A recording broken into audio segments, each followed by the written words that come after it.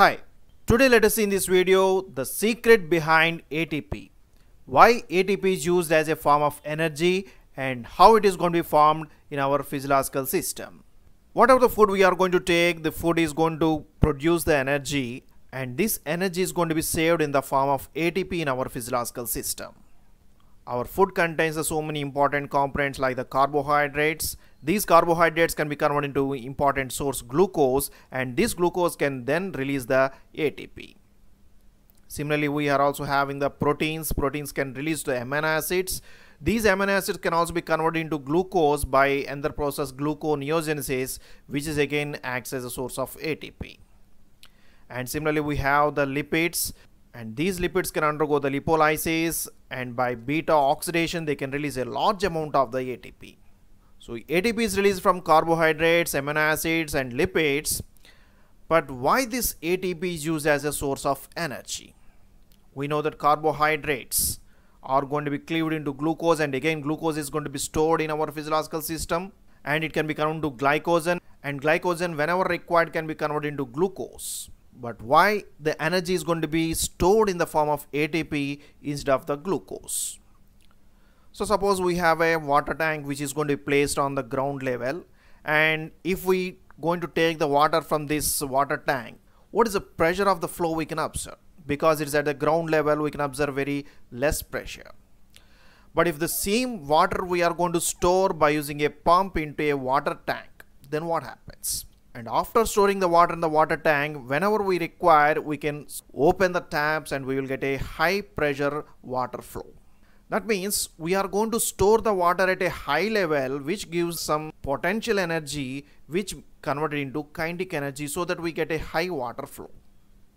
Similarly, we are going to take the carbohydrates which are going to be converted to glucose. This glucose is not going to be stored as it is as an energy form. It is converted into ATP, where ATP is going to preserve the most of the energy.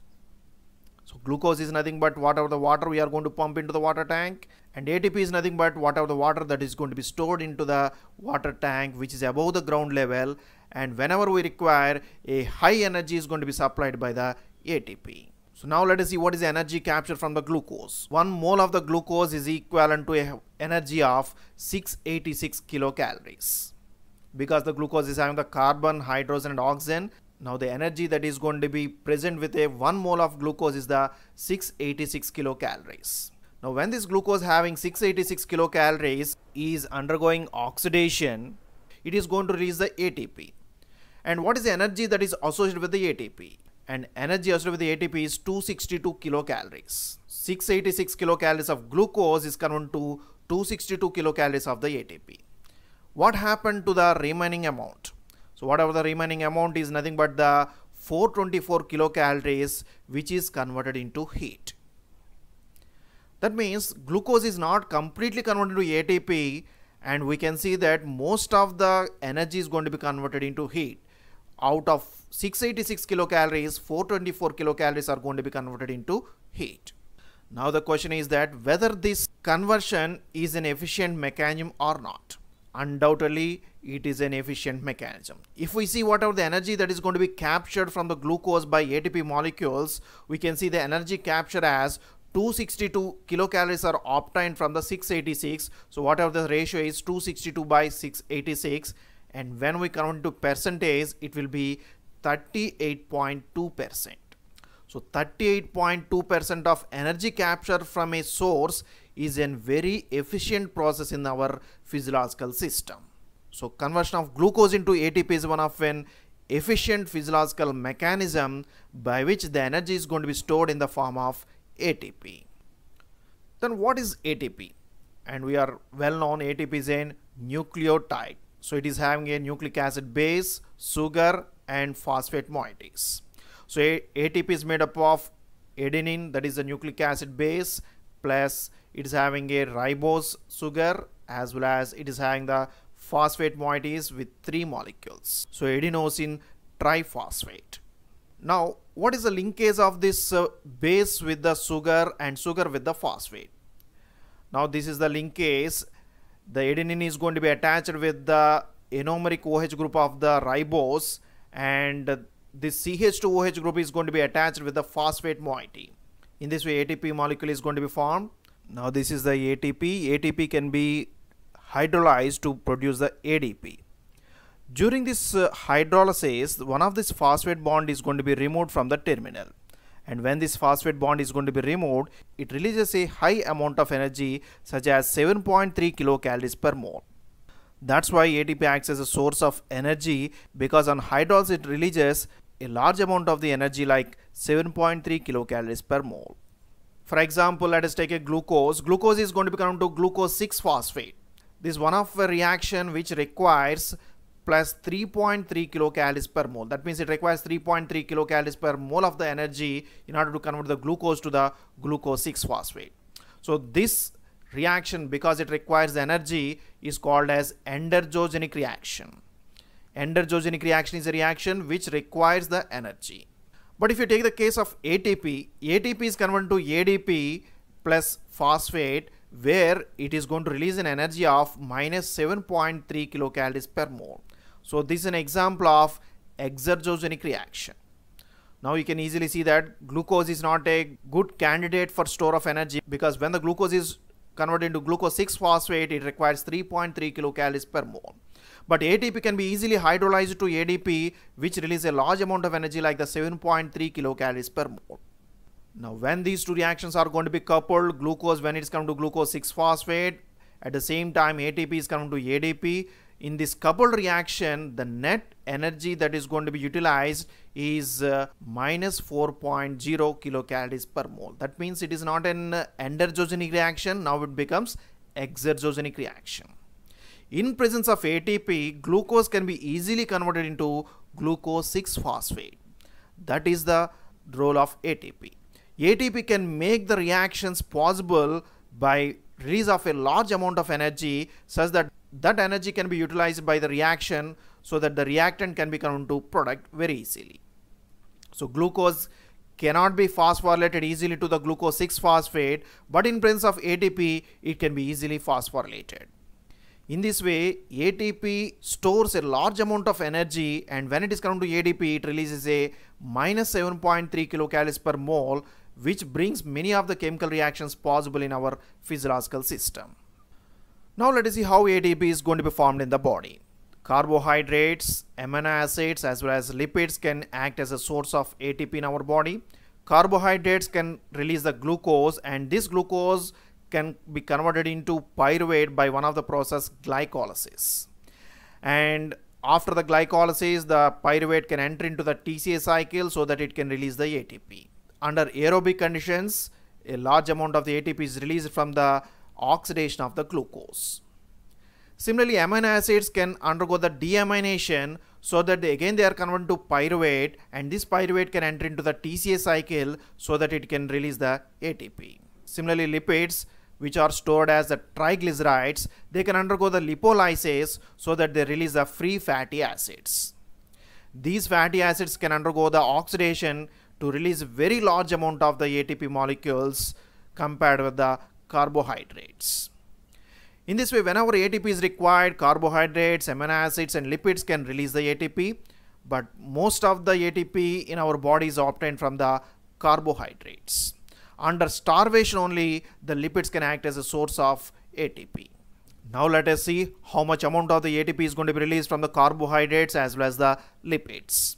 Carbohydrates are going to be converted to glucose, and this glucose is undergoing the glycolysis, where it is going to release the pyruvate. And within this glycolysis, substrate level phosphorylation takes place at the two steps. Since the glucose is converted into two pyruvate molecules, 4 ATP molecules are released at the two steps. One is at the phosphoglycerate kinase enzyme, second is the pyruvate kinase enzyme. Both of these enzymes are going to release 1 ATP molecule, so totally these two enzymes release the 2 ATP molecules, but because glucose is having the 6 carbons, it is going to release the 2 pyruvate molecules, so here 4 ATP molecules are going to be released at the substrate level phosphorylation. And apart from ATP molecules, it also releases the 2 NADH molecules. Then pyruvate can be converted into acetyl CoA within the mitochondria. Again, the 2 NADH molecules are released. Again here one NADH molecule is released by conversion of the pyruvate to acetyl-CoA, but since the glucose is going to give the two pyruvate molecules, here two NADH moieties are going to be released. Then this acetyl-CoA can enter into the TCA cycle, and then TCA cycle can be coupled with the respiratory chain. So under aerobic conditions, the TCA cycle can release 2 into 2 ATP molecules, 2 NADH molecules and 1 FADH2 molecule. Here why we have used the 2 into, because here 2 acetyl-CoA molecules are released which are entering into the TCA cycle. So for each TCA cycle, 2 ATP molecules are released at the substrate level phosphorylation, and 2 NADH molecules and 1 FADH2 molecules are going to be released. If we combine all these, we can estimate how many ATP molecules are released by complete oxidation of the glucose. NADH molecules can be oxidized to NAD+ at the respiratory chain, where half molecule of the oxygen can be converted to water, and this process can release the 2.5 ATP molecules. Similarly, FADH2 can be converted to FAD again at the respiratory chain by the process of oxygen incorporated as a water. This process releases the 1.5 ATP molecules. So NADH releases the 2.5 and FADH2 releases the 1.5 ATP molecules. If we substitute these in the complete oxidation of the glucose, we can estimate how many ATP molecules are released. Now the net ATP released from the glucose oxidation is, from glycolysis already we have seen substrate level phosphorylation, it released the 4 ATP molecules, and 2 NADH molecules are released within the glycolysis. So 2 into 2.5, that is 5 ATP molecules. So totally we can get the 9 ATP molecules from the glycolysis. But this is not the end of the story. And we have to see that any ATP molecule is consumed in the glycolysis. Already we have discussed that glucose cannot be converted to glucose 6-phosphate directly, and it requires the ATP. Similarly, fructose 6-phosphate cannot be converted into fructose 1,6-biphosphate. So these two processes require the energy in the form of ATP. So at these two reactions, 2 ATP molecules are consumed. So now what is the net ATP molecules are released from the conversion of the glycolysis is the 7 ATP molecules. So these are the ATP molecules that are released from the conversion of the glucose to pyruvate. Now let us calculate what are the remaining ATP molecules are released by entering into the TCA cycle. Now pyruvate to acetyl-CoA. Here 2 NADH molecules are released. So 2 into 2.5, that is again 5 ATP molecules. And then from TCA cycle, when the acetyl-CoA enters into the TCA cycle, how many ATP molecules are released? Since 2 acetyl-CoA molecules are released, so we can write 2 into 2 ATP molecules, 2 NADH molecule and 1 FADH2 molecule. NADH gives a 2.5 and FADH2 gives 1.5. So when we will calculate, it will give 2 into 10, that is equal to 20 ATP molecules. So we can remember easily that from TCA cycle, with every entry of 1 acetyl-CoA molecule, 10 ATP molecules are going to be released. So here, because 2 acetyl-CoA are going to be entering, so 2 into 10, that is 20 ATP molecules are going to be released. Now if we see what is the net ATP that is going to be released from complete oxidation of the glucose, here we can have 7 from the glycolysis and 5 from the pyruvate to acetyl-CoA and 20 from the TCA cycle. So total is the 32 ATP molecules are going to be released from the complete oxidation of the glucose. In this way, the energy from the glucose is going to be stored in the form of ATP, and with complete oxidation of glucose, 32 ATP molecules are going to be released. Similarly, what is the net ATP released from the lipolysis? So lipids can undergo the lipolysis and further they can undergo the beta oxidation. So after the lipolysis, fatty acids can be released, and one of the fatty acids is the palmitate. Palmitate is a C16 fatty acid. And when this is undergoing the beta oxidation, initially it is converted to palmitoyl-CoA, and this process requires the energy of 2 ATP molecules. So 2 ATP molecules are consumed at this step. Then this palmitoyl-CoA molecule can be cleaved by a cyclic process. With each cycle, 1 acetyl-CoA molecule is going to be released. Because the palmitoyl-CoA is having the C16, it can be converted to acetyl-CoA, where it gives the 8 molecules, but it requires the 7 cycles. And within these 7 cycles, it releases the 7 NADH molecules and 7 FADH2 molecules. And now by oxidation of palmitoyl-CoA, 8 molecules of acetyl-CoA are going to be released. These can enter into the TCA cycle. Each entry of acetyl-CoA, 10 ATP molecules are released from the TCA cycle. So if we calculate what is the net ATP that is going to be released from the complete oxidation of the palmitate, so minus 2 ATP are going to be consumed, and with 7 cycles, 7 NADH and 7 FADH2 molecules are released. Because NADH is 2.5 and FADH is 1.5, the total is 4. So 7 into 4, that is 28 ATP molecules are released from the 7 cycles. And because 8 acetyl-CoA molecules are released, each acetyl-CoA can enter into the TCA cycle to give the 10 ATP molecules. So 8 into 10, 80 ATP molecules are going to be released from the TCA cycle. So if we combine all these, we will get 106 ATP molecules are released from the oxidation of the fatty acids. You can see that by glucose oxidation only 32 ATP molecules are released, but by the oxidation of the palmitate 106 ATP molecules are going to be released.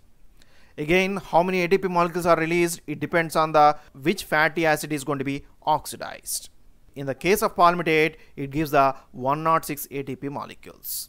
So in this way, ATP is going to be released from the glucose as well as fatty acids as well as from the amino acids. From all of these, ATP is going to be released. And the main source of the ATP is the glucose, which is coming from the carbohydrates, and glucose can be converted to glycolysis, and glycolysis can release a pyruvate, and pyruvate can enter into the TCA cycle, which is then coupled with the respiratory chain. It can release the ATP molecules. When this glycolysis is insufficient, then the fatty acids can undergo the beta oxidation to release the large amount of the ATP molecules.